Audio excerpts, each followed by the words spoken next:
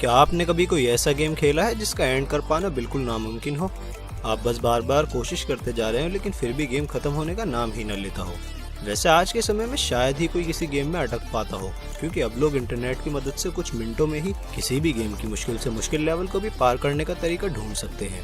लेकिन पहले किसी भी गेम की एंडिंग देखने के लिए लोगों को खुद उसे खत्म करना पड़ता था, और ये तरीका हर बार काम भी नहीं करता था। और इसीलिए दुनिया में बहुत से ऐसे लोग हैं जिनके लिए आज भी कई गेम्स की एंडिंग एक रहस्य बनी हुई है। तो दोस्तों, आज की इस वीडियो में मैं आपको कुछ ऐसे गेम्स की एंडिंग के बारे में बताऊंगा जिनके बारे में शायद ही किसी को पता होगा।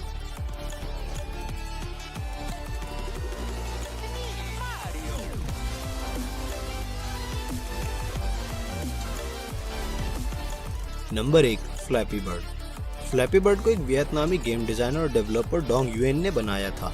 डोंग के इस साधारण से गेम ने पूरी दुनिया को कुछ हफ्तों में ही अपना दीवाना बना लिया था। डोंग का कहना है कि वो शुरू में अपने गेम का नाम फ्लैप फ्लैप रखना चाहते थे, लेकिन उस नाम से पहले ही एक गेम बना हुआ था, तो उन्होंने अपने गेम का नाम फ्लैपी बर्ड रख दिया था। डोंग को इस गेम को बनाने में सिर्फ कुछ दिन का ही समय लगा था, और इसीलिए उन्हें बिल्कुल भी उम्मीद नहीं थी कि उनका ये सिंपल सा गेम लोगों को इतना ज्यादा पसंद आएगा। आज के समय में फ्लैपी बर्ड के ऐप स्टोर और गूगल प्ले स्टोर पर मिलाकर 50 मिलियन से भी ज्यादा डाउनलोड्स हो चुके हैं। जब फ्लैपी बर्ड गेम वायरल हुआ था तो ऐसा कोई सोशल मीडिया नहीं बचा था जहां पर लोग इसके बारे में बात नहीं कर रहे थे। कई लोगों का मानना था कि इस गेम का कोई एंड ही नहीं है और इसे बस लोगों के पेशेंस लेवल को चेक करने के लिए बनाया गया है। लोग इस गेम से बहुत जल्द ही चिढ़ तो जाते थे, लेकिन फिर भी वो इसे खेलना बंद नहीं कर पाते थे। कई यूजर्स ने इस गेम को खत्म करने की बहुत कोशिश करी थी और उनमें से ही कुछ लोग इसको खत्म करने में कामयाब हो भी गए थे, लेकिन इस गेम की एंडिंग लोगों को कुछ खास नहीं लगती है।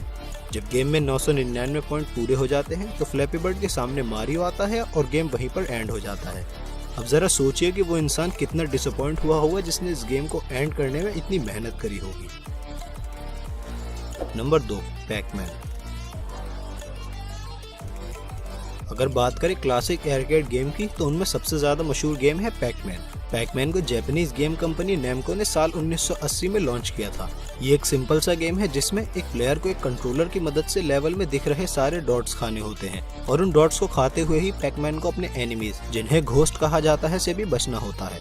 हर घोस्ट के मूव करने के पैटर्न अलग अलग होते हैं, कोई बहुत तेज चलता है तो कोई थोड़ा हल्के। गेम की हर लेवल क्लियर करने के बाद गेम और भी ज्यादा मुश्किल होता जाता है।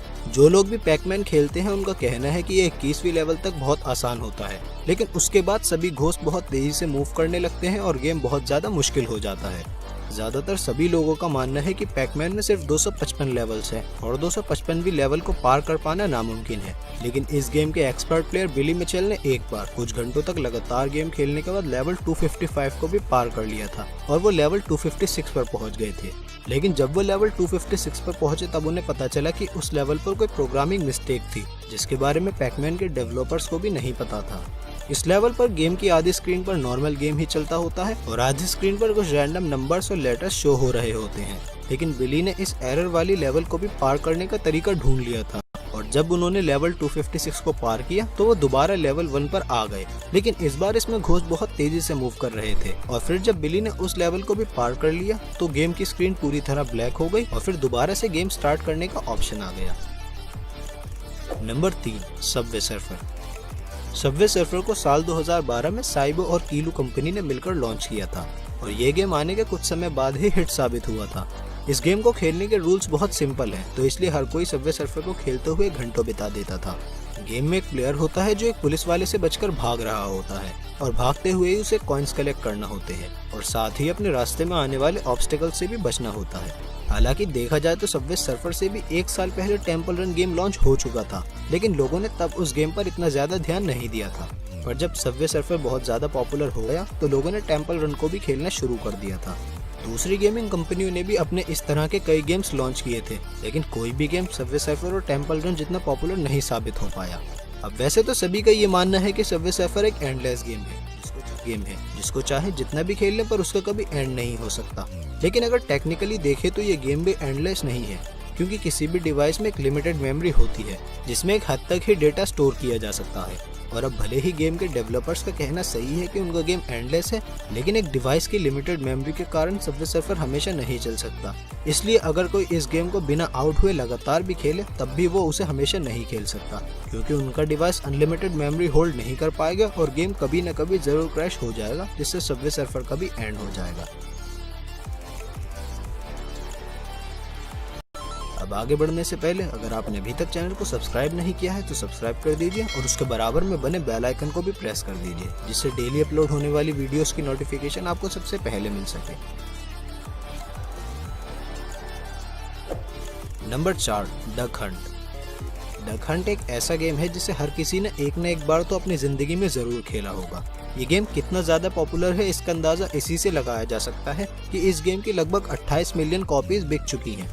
डक हंट गेम में प्लेयर के पास एक गन होती है जिससे वो स्क्रीन पर उड़ रही बत्तखों का निशाना लगाता है।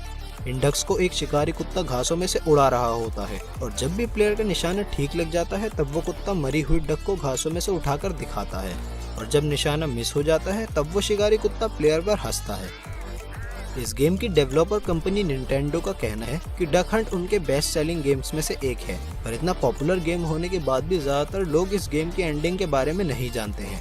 अब जैसे हमने अपनी लिस्ट के बाकी गेम्स की एंडिंग बताई जो बहुत ज्यादा डिसअपॉइंट करने वाली थी, वैसे ही डक हंट की एंडिंग भी डिसअपॉइंटमेंट से भरी हुई है।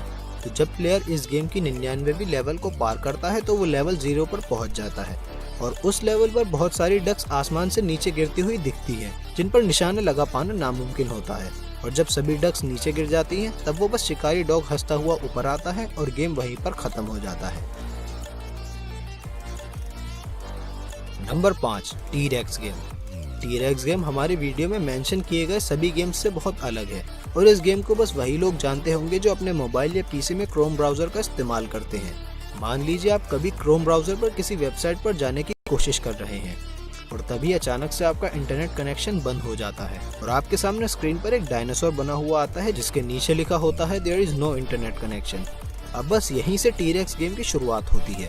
मोबाइल और डेस्कटॉप पर इस गेम को खेलने के तरीके अलग अलग हैं। मोबाइल पर यूजर को उस टी-रेक्स पर टैप करना होता है जिससे गेम शुरू हो जाता है और वहीं पीसी पर गेम शुरू करने के लिए स्पेस बटन को दबाना पड़ता है। इस गेम को खेलना बहुत आसान है। जैसे फ्लैपी बर्ड में बर्ड खुद आगे बढ़ती है, उसी तरह से टी-रेक्स गेम में टी-रेक्स खुद आगे की ओर बढ़ता है और बस यूजर को टैप करके या स्पेस बटन को दबाकर डायनासोर के रास्ते में आने वाले ऑब्स्टिकल्स के ऊपर से कूदना होता है। क्रोम के डेवलपर्स का कहना है कि इस गेम को उन्होंने इसलिए बनाया है कि उनके यूजर्स का बिना इंटरनेट कनेक्शन के भी टाइम कट सके। गेम साल 2018 में 270 मिलियन बार खेला गया था और इसी वजह से क्रोम के डेवलपर्स को इस गेम को मैनेज करने के लिए एक पूरी टीम भी बनानी पड़ी थी। लेकिन जैसे हमारी लिस्ट के सभी गेम्स की कोई ना कोई एंडिंग जरूर है, वैसे ही इस टी-रेक्स गेम की भी एक एंडिंग है, लेकिन उस एंडिंग को देखने के लिए हम में से कोई भी जिंदा नहीं बच पाएगा। दरअसल टी-रेक्स गेम के डेवलपर्स का कहना है कि उन्होंने इस गेम के कोड्स को बहुत क्रिटिकल तरीके से लिखा है और इसी वजह से इस गेम को एंड करने में लगभग 1 करोड़ 70 लाख साल लगेंगे। अब इतने समय तक तो शायद ही किसी मोबाइल की स्क्रीन या कीबोर्ड का स्पेस बटन काम कर पाए। तो दोस्तों ये थे कुछ ऐसे गेम्स जिनकी एंडिंग के बारे में बहुत कम ही लोगों को पता है। अब अगर ये वीडियो पसंद आई हो तो इसे लाइक करिए और अपने दोस्तों के साथ शेयर भी करिए और मुझे कमेंट करके बताइए कि नेक्स्ट वीडियो आप लोगों को किस टॉपिक पर देखनी है।